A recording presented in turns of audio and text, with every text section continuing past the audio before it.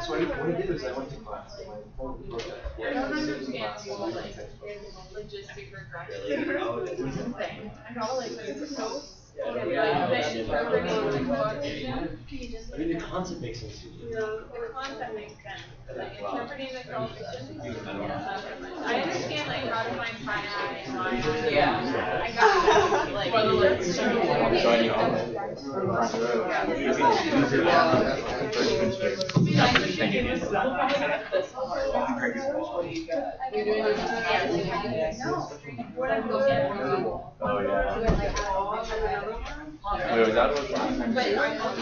Okay, you guys, today we will be working together on these questions.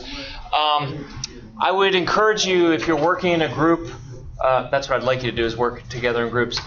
If everybody in the group kind of feels good about a particular question, just move on. It's not like you have to start at the beginning and work your way through the end. The idea is to sort of at least talk out all of these guys, but work on the ones that seem hard, because then you can ask me questions while you have me.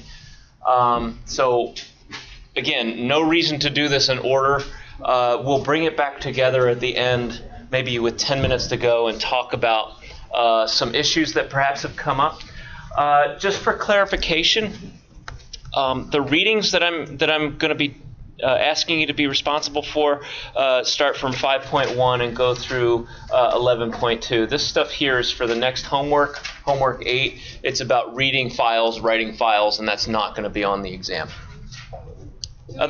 Yes? I think we did. I don't remember. Last time we had to know like C++ history stuff. Did we? Yeah. You told us to. Okay. Do we need to know that again? I mean, in as much as anything I might ask you has prerequisite information from the first third of the class, you're responsible for being comfortable with that material. I'm not going to not ask you a question because it relies on something that you did in the first third of the class. Yeah. Okay. But that said, the focus of these questions will be on the material since the first exam. Other questions? All right. Did anyone that came in late need one of these? Was it John?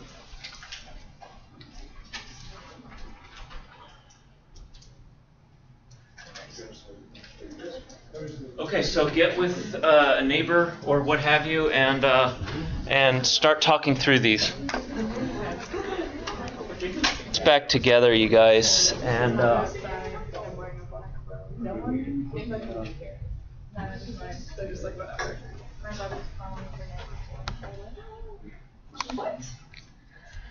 so I'm not going to go through every one of these line by line, but are there any questions sort of outstanding that you guys would like me to talk about? Okay, number one, so this function would take an integer array argument. The first argument would be an integer array argument. So the syntax for that would be something like int and then a and then empty square brackets. And then it would take a second argument, so comma, int size. And size is the number of values in the array that's coming in. Because if you've done your reading about arrays and functions, you know that you can pass an array into a function, but there's no way. What's lost when you do that is the function doesn't know how many elements are in the array. All it gets is the array, but it doesn't know how many elements are in there. So you always have to hand in a second piece of information to tell the function how many values are actually in this array. So that's something that you'd have to know. You would throw that in there. Let's call it size. Then inside, the idea is to add 1 to every element of the array. So you just use a for loop. Say for I equals 0 up to size minus 1. Remember that arrays are indexed from 0 up to size minus 1. for I equals 0 up to size minus 1, you would just do like AI plus plus, or AI equals AI plus 1, or AI plus equals 1. Many, many options available to you. And when that's done, every value in the array will have had 1 added to it. And the other thing that you need to know, or that's good to know, is the return type for this thing would just be void. This function would not return anything, and you might ask, well, then how does it get its information back to the calling program? Arrays are passed by reference. So the changes made to the array are going to be reflected in the calling program, and so you don't have to worry about that. Okay, other questions? We don't have to go in order. Emily? On number 4, when we're writing the function and we're doing the declaration, and so we want to say like double and pass it by reference, and we have to brackets. Do we have to? It's a declaration. So do we have to call it anything, or just put the brackets? You do. So this is double. Yeah. So it would be double empty square brackets. Okay. So you don't need to give a dummy variable name. However, C++ does allow you to put a dummy variable name if that makes you feel comfortable. So it's not a syntax error to put a dummy variable name in a function declaration. Other questions? 3. 3. I mean, it's really similar to 1, it looks like. You know, you're going to be writing a for loop that goes from 0 to n, I think. Or So now the decision is, what do you do with the result? Or not? Actually, this isn't even a function yet. 3 is not a function. Right. So the details here are. Go ahead. I'm just curious about like the syntax for computing some of those values. Like, is it just like a is a term of one term plus the next. So you have to declare. Help me out here. What do I have to do first before I can sort of go through the loop and add up the values? I have to declare an extra variable. Jordan? What I did was declare like a double. I made it b before your for loop and set that equal to 0, and then you accumulate the values. I did b equals b plus a sub I. Absolutely. Yep. Yeah. Okay, so there are a couple of things to be careful about. So that's the common way of summing up an array. You have to get yourself a variable to hold the sum. You have to initialize it to what? 0. If you forget to do that, you're going to have garbage. So you initialize it to 0, and then, as Jordan said, b plus equals ai or b equals b plus ai are 2 alternate ways of doing that. Rebecca? I have my extra variable b or whatever in a loop. Does it have to be above it and out? You declare it above the loop, Okay. you initialize it above the loop, and you sum it up inside the loop. And then when the loop exits, sitting in that accumulator is the sum. So inside the loop would be like b equals b plus a I plus plus. The loop is going to do the plus plus for you. Yeah. Why do you need to initialize to 0 at the beginning? So if you just say int sum or double sum, and then you start doing sum equals sum plus ai, you don't know what was in sum before you started the whole process. Okay? Next question, or any questions? Sebastian? So on 4, what's so if your argument is your size, one of your arguments is your size, and the other argument is the array. Could you review why those would be the arguments? Because you're just going to return the sum of those. Okay, so something else that would be the sum of all your. Think about that loop that's going to go through and add up the values in the array. You have to know how long to run the loop, over what range of indices. So you're going to go 0 up to n minus 1, so that you get a0, a1, a2, a3, all the way up to an minus 1. You have to have that value n to know how long to run the loop. And then when you're done, using Jordan's method, right, sum plus equals ai or something like that, when you're done, you return sum. Okay? So you have to have that second piece of information, because you don't know if there are 5 numbers that you're adding up, or 10 numbers, or 100 numbers. So that second piece of information is what provides that. But what if you just wrote a for loop with, say, something called b, like a double Yep. called b that was just b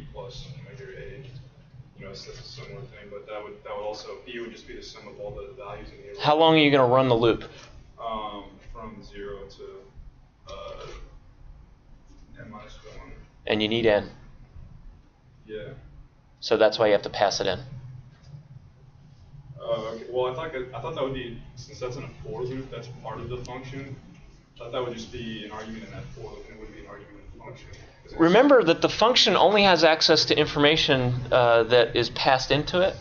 So if you don't tell it how many numbers are in the array to add up, it's not going to know how many numbers to add up. So you pass that information in using an argument like n. We can talk more. There was a question over here. Sure. Okay, what's wrong with that is the dot operator, when you use an object with the dot operator, so Z is a complex object, and it's defined to have real part 1 and imaginary part 2. The dot operator only lets you access things in the public section of the class. Real and imag are both in the private section of the class, and so the compiler is going to throw an error saying you're not allowed to access real and imag because they're private. And that's it. You don't have to fix it. You just have to tell me what's wrong with it, and that's what's wrong with it. Yes? Can we go over number 2? So the problem with 2 is you have this main program, and you set x equal to 1 and y equal to 2. And then you swap x and y. And the purpose of doing that was to make x equal 2 and y equal 1. That's what the programmer intended. If you run this thing, though, the first question is, what will be the output of this program? The output of this program will be 1, 2. Right? 1, 2. The reason for that is x and y are passed by value instead of by reference. So whatever swap does inside is completely lost when swap exits. So x and y go in as 1 and 2 respectively, and they come out as 1 and 2 respectively. If the intention of the programmer was to actually swap those values, how can the programmer make that happen? Pass by reference. So put ampersands in the function definition. Int and a, int and b, and it'll do what the programmer intended. And when the program runs, you'll get 2, 1. But right now, you're going to get 1, 2. Madeline? But you wouldn't want to use constant for this, right? On the swap function? Yeah. No. So if I did something like const int and a, it would yell at me for trying to change a right here. And so I can't do that. And I don't want to do that because the intention is for these guys to come in and have their values swapped. That necessarily involves changing them.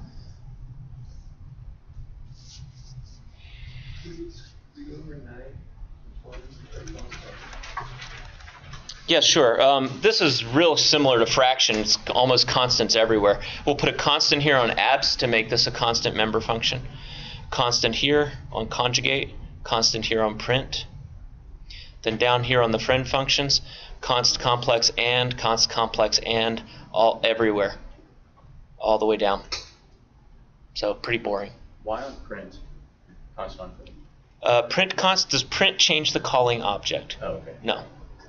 And that's the question that you ask yourself all the time. And Sarah's creeping out, and I'm going to let the rest of you guys go too. We'll see you Friday.